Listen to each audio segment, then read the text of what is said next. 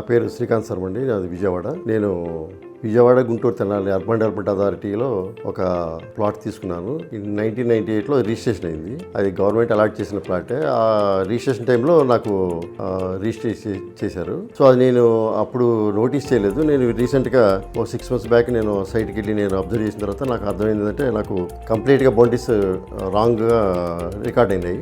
So ఇది అప్పుడు విజిటీలో అంటే విజయవాడ గుంటూరు తెనాలి అర్బన్ డెవలప్మెంట్ అథారిటీలో అప్పుడు జరిగింది ఇది. సో నేను ఇది ప్రజెంట్ ఏపీసీఆర్డీలో మెర్జ్ అయిందని తెలుసుకుని నేను ఏపీసీఆర్డీ పరిష్కారం యాప్ యూజ్ చేసి నేను పరిష్కారం యాప్లో నా సమస్యని అప్లోడ్ చేశాను. సో ఈ ఏపీసీఆర్డీ అఫీషియల్స్ నాకు చాలా వెంటనే ప్రాంప్ట్గా నాకు నా సమస్యని వాళ్ళు గుర్తించి సర్వేని మళ్ళీ పంపించి దాన్ని సర్వే చేయించి రాంగ్ పడిన బౌండరీస్ అనేది మళ్ళీ కరెక్ట్ చేసి నాకు ఎండార్స్మెంట్ లెటర్ ఇచ్చారు. బట్ యాక్చువల్లీ ఏంటంటే ఇది రిజిస్ట్రేషన్ చేసింది కూడా నాకు ఏపీ ఉడావాళ్ళు కాబట్టి నేను మళ్ళీ కమిషనర్ గారిని మళ్ళీ గ్రీవెన్స్ డే నేను కాంటాక్ట్ చేసి గ్రీవెన్స్ డేలో మళ్ళీ సమస్యని నేను వాళ్ళకి వినియోగించుకున్నాను. యాక్చువల్లీ ఏంటంటే వాళ్ళే వచ్చి నాకు రిజిస్ట్రేషన్ రెక్టిఫికేషన్ డీడ్ చేయమని నేను కోరాను. కమిషనర్ గారు వెరీ కైండ్ ఎనఫ్, ఆయన చాలా పాజిటివ్గా రెస్పాండ్ అయ్యారు. సో మిస్టేక్ వాళ్ళ పక్షంలో ఉంది కాబట్టి వాళ్ళ వెంటనే నాకు వితిన్ 10 daysలోనే నాకు వెంటనే అక్కడి నుంచి సిఆర్డీ ఆఫీసర్స్ని పంపించి వాళ్ళ చేతనే నాకు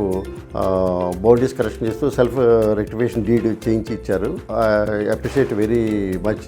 మనం గవర్నమెంట్ ఆఫీస్లో వితౌట్ అప్రోచింగ్ ఆఫీసర్స్ని కానీ ఆఫీస్ని కానీ అప్రోచ్ అవ్వకుండానే పరిష్కార యాప్ ద్వారా కానీ గ్రీవెన్స్ డే ద్వారా కానీ చాలా ఫాస్ట్గా వీళ్ళు నా సమస్యను పరిష్కరించారు.